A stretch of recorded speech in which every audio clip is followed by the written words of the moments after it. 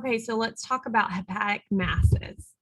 So we're going to start out with nodular masses. They're usually of vascular origin. So we've got the focal nodular hyperplasia, and it's usually in response to a AVM. It's important to note that it has no portal veins and no fibrosis as well. So it's these spherical nodules, and you can see it on gross morphology right here.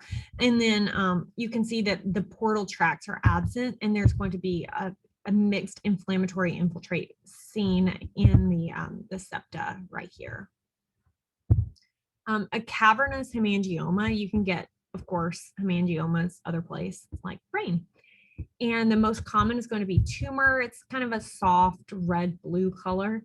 The histology is going to be vascular channels in that fibrous connective tissue, as you can see right there.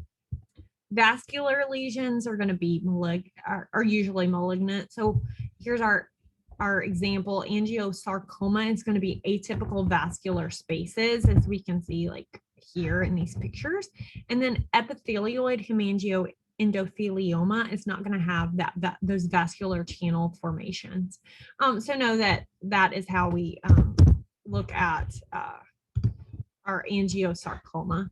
Has those vascular spaces, and these are malignant vascular lesions. Hepatic adenomas, the most important thing to know for this is that they are benign. They're HNF1 alpha inactivated, and they can also be like MODY4 and beta catenin activated. So I would know those markers. So HNF1, MODY4, beta catenin activated. And it is common with those who use oral contraceptives, and they regress when they use the stop. So they get rid of those adenomas. So you can see this huge adenoma right here on the liver.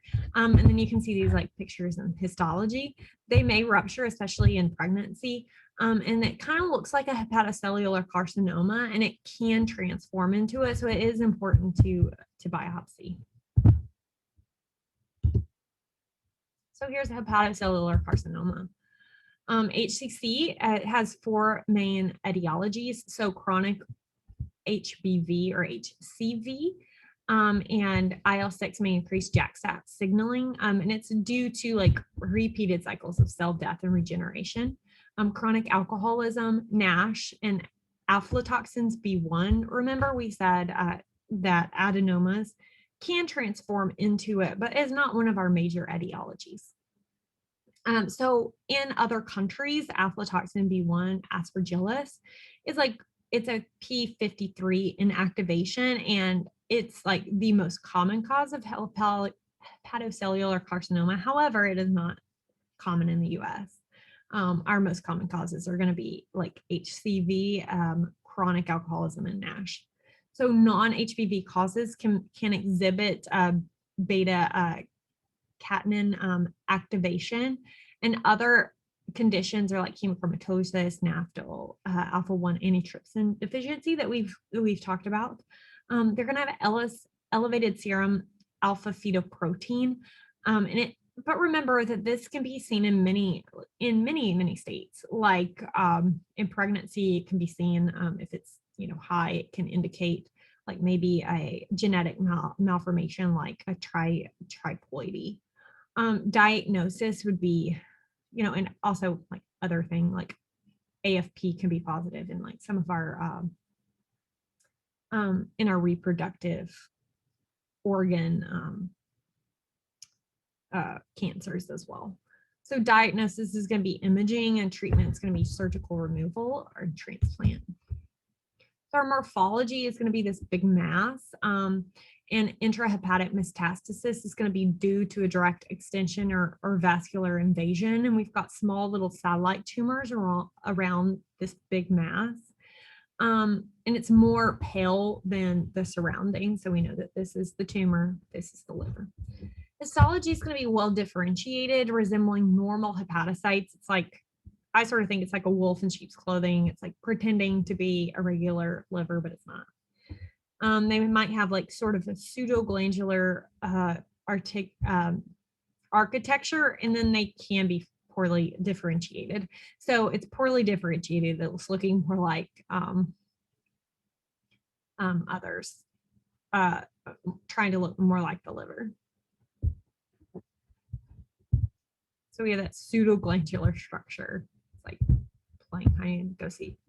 And then they can have these like cholecystized bile plugs as well. Okay, autoimmune cholangiopathies. So we have PBC versus PSC. So this is really important. I think anytime that they have some like two things that are similar, like Crohn's and ulcerative colitis, they can ask you questions, against them. So description of PBC is going to be inflammatory destruction of small intrahepatic bile ducts. PSC is going to be like beads on a string. It's inflammation, fibrosis, and strictures of intrahepatic and extrahepatic biliary tree with dilation of like the good segments. So I think of like PBC is more intrahepatic. PSC, I think of as more of like extra, or let me redo this. I think of like the bile ducts being the problem in PBC. And then I think of like the liver kind of being the problem in PSC. And I'll like tell you what I mean by that.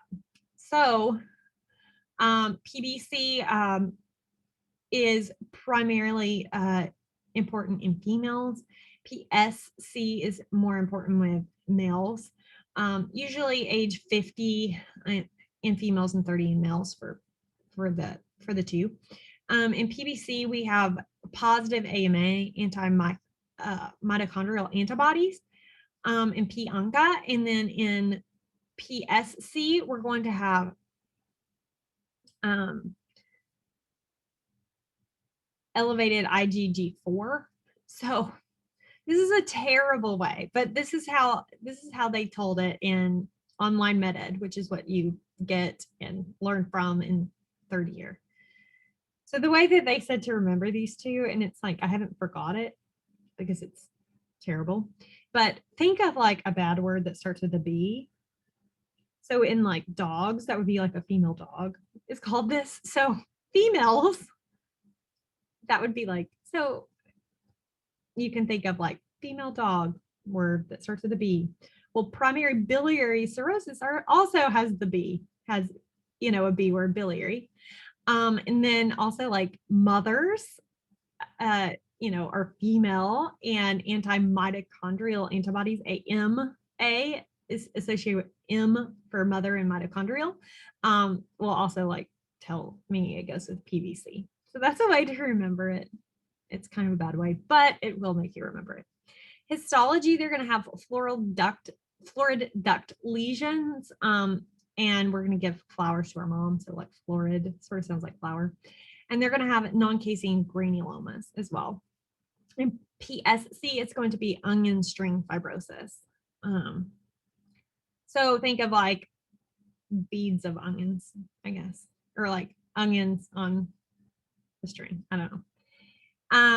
It's associated, PBC is associated with Sjogren's and scleroderma, where PSC is associated with ulcerative colitis. So sequela of PBC is it can turn into HCC, and then PSC can turn into cholangiocarcinoma or pancreatitis, or, all of that gallbladder stuff. So know that PBC is going to be positive AMA, usually in women, and they've got the granulomas. PSC looks like beads on a string, so it's kind of like strictures. Like I sort of think of like fibrosing liver, like pushing down on the biliary tree. And so it looks like beads on a string. It's just the way I remember it. And then it has that onion skin fibrosis associated with ulcerative colitis.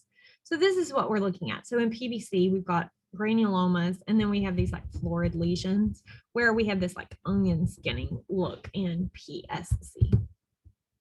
Let's talk about pregnancy. So preeclampsia is like maternal hypertension. It wasn't diagnosed prior to, they didn't have hypertension prior to pregnancy, and they have proteinuria of greater than 300.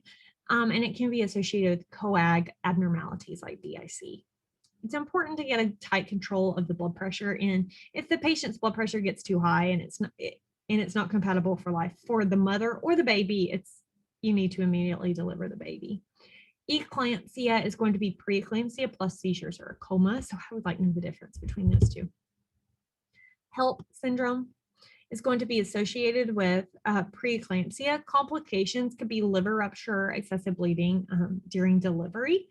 And so what HELP stands for: hemolysis, elevated liver enzymes, and low platelets.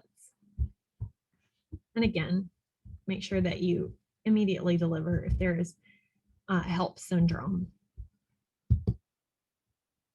That is all of the lectures except for the pediatric lecture. So I hope that these helped, and I will add that one next week.